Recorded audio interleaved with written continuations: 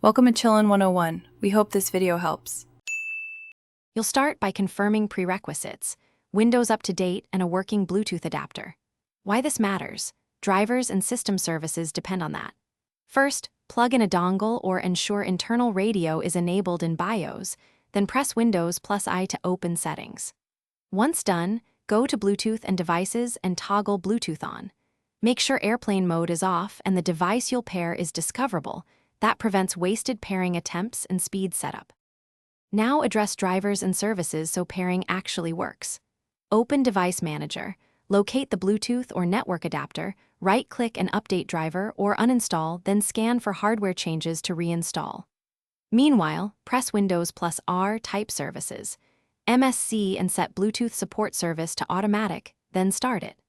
Once drivers and services are stable, return to Settings, Bluetooth and Devices, click Add Device. Choose the correct profile. Finish by verifying functionality.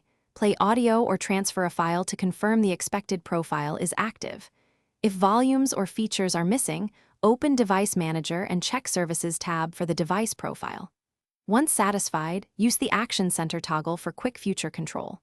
If pairing fails, remove the device in Settings and re-add it. Additionally, uninstall the adapter driver and reboot to force reinstallation. Troubleshooting tip: if nothing works, try a different USB port or a known working Bluetooth dongle to isolate hardware versus software problems.